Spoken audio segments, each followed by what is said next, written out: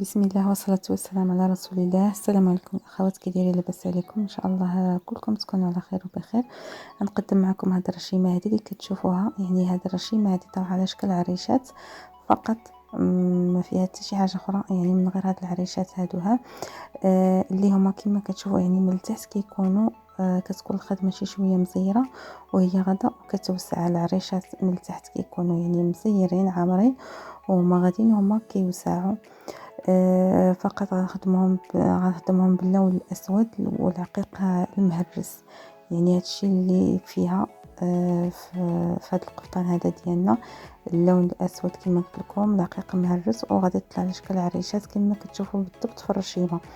هنايا البنات كنخدم اليدين، يعني ملاصقه يعني يد مع يد، باش كيجيوني يعني ساهلين في الخدمه. كتجيني وحده الناس مقابله مع وحده وكيجيوكم في المرمى ديالكم، يعني كيجيوكم مشدودين بجوج بيهم، ما تحتاجوش انكم يعني ديروا واحد الطرف ديال الثوب اخر باش تلقموا، يعني كتلقموا يد مع يد وكتخدموهم في نفس الوقت بجوج بيهم في دقه واحده.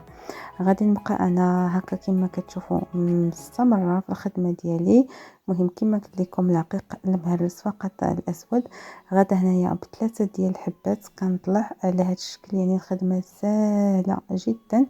يعني طريقه الخدمه سهله، ماشي شي حاجه اللي معقده. صافي، وهذوك الوريقات هما كنخدموهم، هذوك الوريقات كنخدموهم بجوج حبات هكاك باش كيجيو صغيورين وصافي. وغادي نبقى غادا هكا على هذا الشكل هذا حتى غادي نسالي هاد الرشيمه ديالي. المهم نخليكم مع الفيديو ونتمنى ان شاء الله ينال الاعجاب ديالكم، والرشيمه ايضا تعجبكم مباشره. راك يعني جات زوينه، جات غزاله، وهاد العريشات هادوها طالعين يعني دايرهم يعني حتى في الصدر والظهر، يعني رشيمه خفيفه وفي نفس الوقت جات زوينه وغزاله. ونخليكم كما قلت لكم مع الفيديو فرجه ممتعه، ونتمنى ان شاء الله الرشمه هذه تعجبكم وتطبقوها، علاش لا، في قفيطين هكايا.